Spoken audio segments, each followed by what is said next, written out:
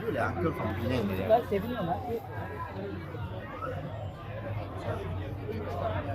No, I thought he wasn't going to have people.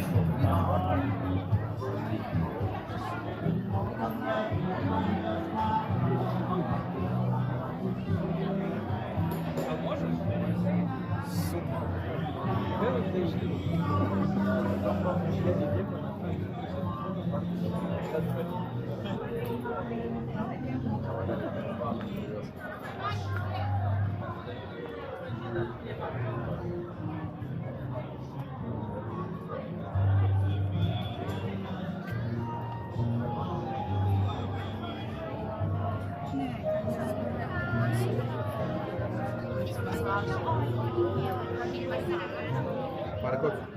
ne kadar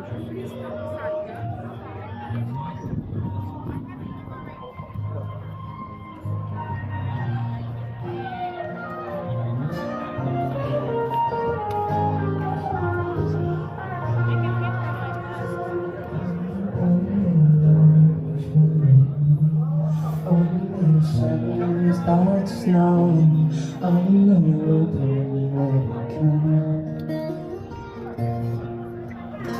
all in love and how you feel. All you had on, missing how. All in love.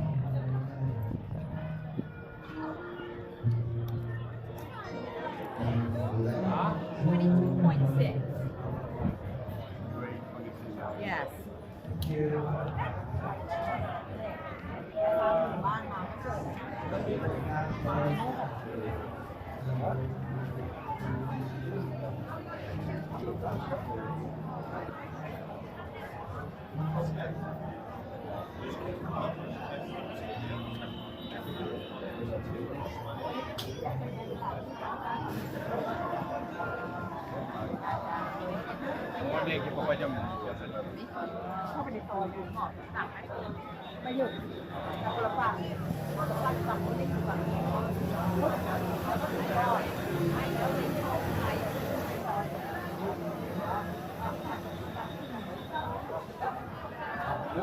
Bay đây thì nhiều.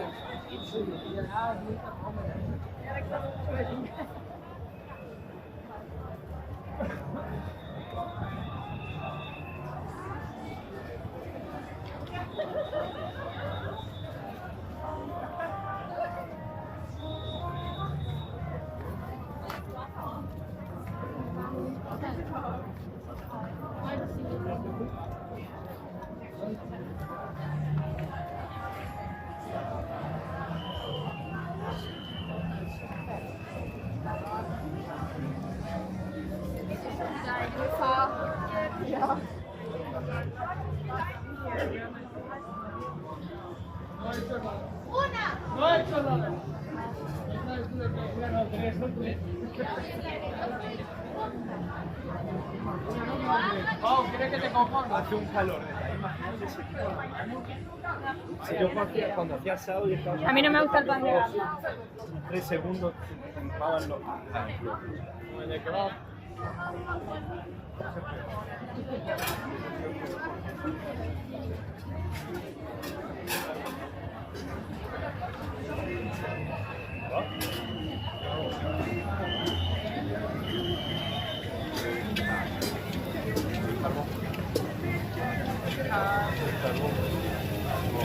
Piedra ardiendo.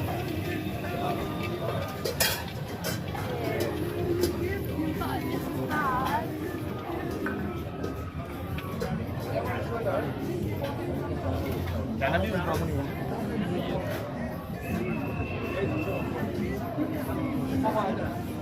यहाँ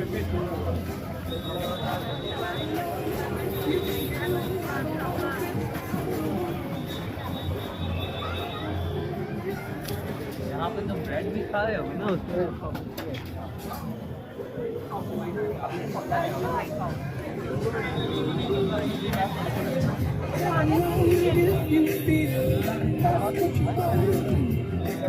सही लग रहा है ना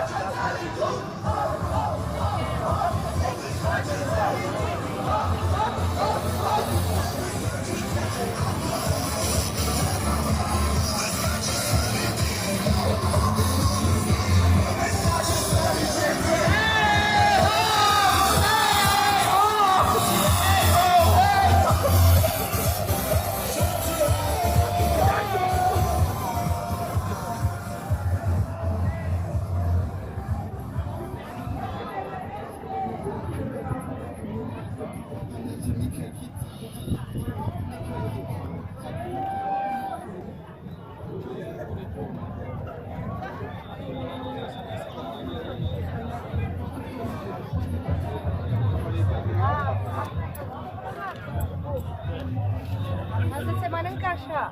A, da? Jumping shrimp ți dă și amesteci. Și când îi amesteci un pic mor și trebuie să mănânci când sar în toate părțile.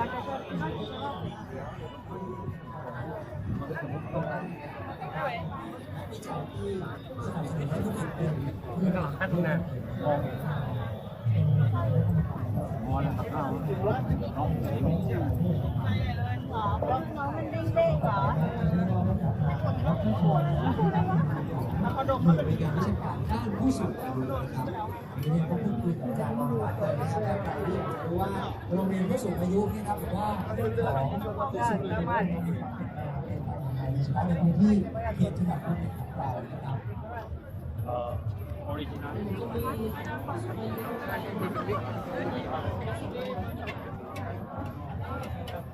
และท่านที่สามนะครับสำหรับคณะกรรมการของเราครับคือป้าตู่ครับเป็นประธานนักศึกษามหาวิทยาลัยเรียนรู้ตลอดชีวิตนครภูเก็ตเองนะครับซึ่งหลังจากนี้นะครับเราก็จะได้เห็นนะครับทางพี่ๆนะครับแม่ๆทุกคนนะครับจากทางมหาวิทยาลัยเรียนรู้ตลอดชีวิตนครภูเก็ตนะครับลงชุมชนเยอะขึ้นนะครับมีกิจกรรมมากขึ้นนะครับใครที่สนใจนะครับเรื่องของมหาวิทยาลัยเรียนรู้ตลอดชีวิตนะครับของทางเทศบาลนครภูเก็ตเองก็สามารถที่จะสอบถามรายละเอียดเพิ่มเติมได้นะครับทั้งหมดชิดกันได้นะครับชิดกันได้นะครับขออีกทีครับชิดกันชิดกัน So since Phuket is city of worship, we need to also teach our children in our community how to work a special Thai, especially the traditional. Nu pot să cred că întotdeauna l-am aici. Vrei să-ți iei ceva? Deci asta e burta, da? Audiți asta?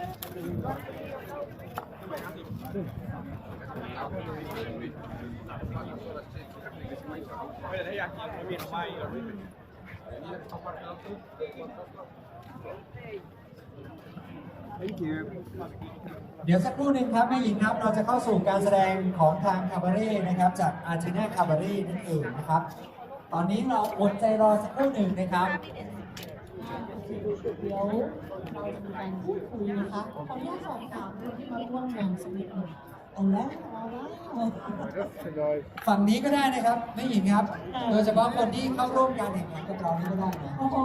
ดีไหม ได้เดี๋ยวพี่จะลงไหมหรือว่าพี่ไม่ถึงคนให้พี่ถึงคน แม่หญิงเชิญครับน่าจะเป็นคุณจอร์จนะครับ I would like to know why you have to go to the restaurant after the competition. Okay, I would like to ask you, Swadika, maybe we stand in front of the stage. I would like to know more about you. Okay, why do you come to Thailand? When did it happen? And why you make decision to stay here? And why you don't leave? Why you learn how to speak Thai? Oh, I have so many questions. Okay, testing. Okay, I hope everyone can hear. So I am American actually. I'm from Texas. I'm from Dallas, Texas. So I've been living in Thailand for about 3 years now. I moved here because I was interested in Thai culture and Kon Thai mi greng chai. Like Thai people are just so kind and friendly. And when I took a holiday here, it really surprised me. And so I fell in love with the culture. So I decided to come back and become an English teacher. So now I'm an English teacher. I'm teaching ผมสอนภาษาอังกฤษเพื่อการสื่อสารที่มหาวิทยาลัยราชภัฏนะครับ Oh. So I like to learn Thai because I think ภาษาไทยเป็นภาษาสวยนะครับ So Okay. yeah, and I love to teach English too for Thai people. So yeah, that's a little bit about me. Okay. Okay, thank you very much. Thank ขอบคุณ you. ครับทุกคน Beautiful answers. เมื่อก่อนได้ยินคำว่าเท็กซัสนี่ถึงพวกสเต็กตอนนี้ต้องจำเป็นแบบนี้นะที่ถึงที่นี่เท็กซัสโอเคเย้ ไม่เรียนคุยต่อไหมครับ อยากถามแม่นางแบบใช่ไหมคะ ใช่ ก็ที่บอกว่าที่เปลี่ยนไปยากทำให้คุณแม่แบบว่ารักษารูปร่างชุดทรงได้ชีวิตพวกเราเพราะทุกคนบอกว่าจะเป็นติ่งเลยก็จะโดนทุกคนเลย ได้ นะ ยืนคุยกับผมเลยดีกว่า เจอเลยครับ มาโอเคค่ะแม่ทีมตรงนั้นเป็นอะไรนะคะที่ท่าที่กำลังใช้ไว้ในการทำที่สร้างเนี่ยก็คือว่าทีมงานเราที่เราเจอในนี้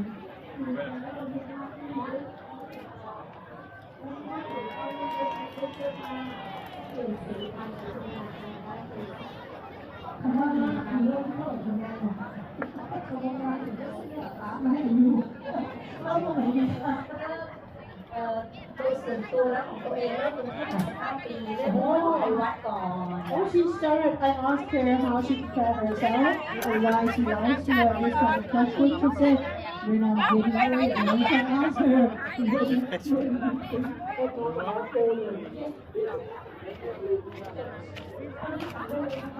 Okay, so she comes to start learning the symbol and go to the temple. And so when this kind of costume goes to a different operation.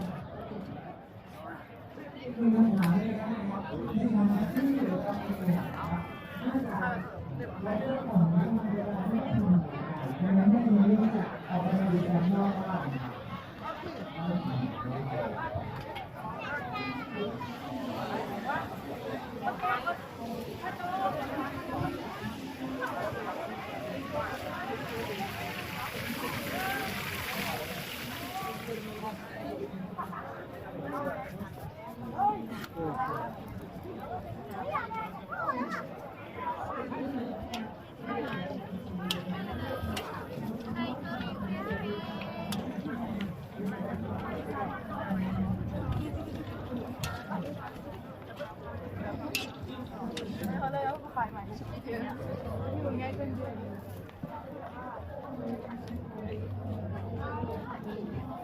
Okay, you can buy too much discount for you.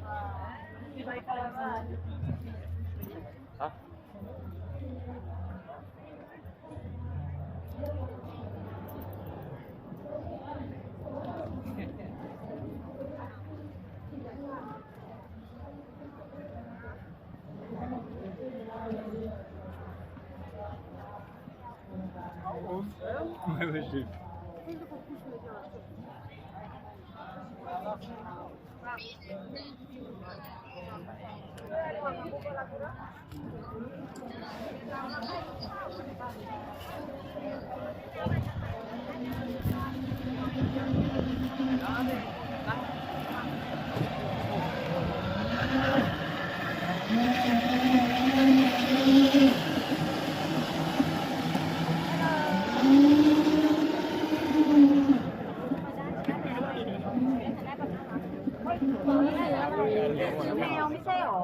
试一下。 ไม่มีภูเก็ตนะแมวซีซีโฟเรีย3,100นะ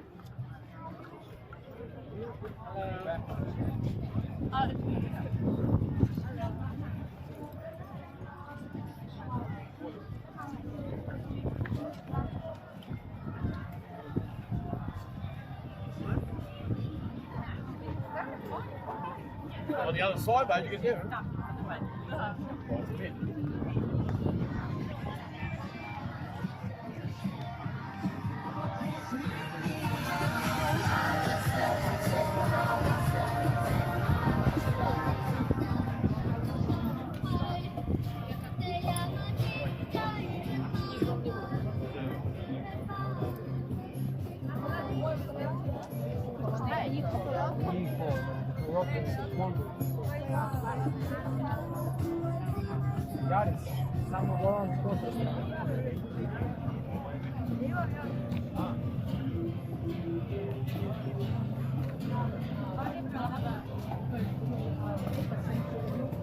Sad from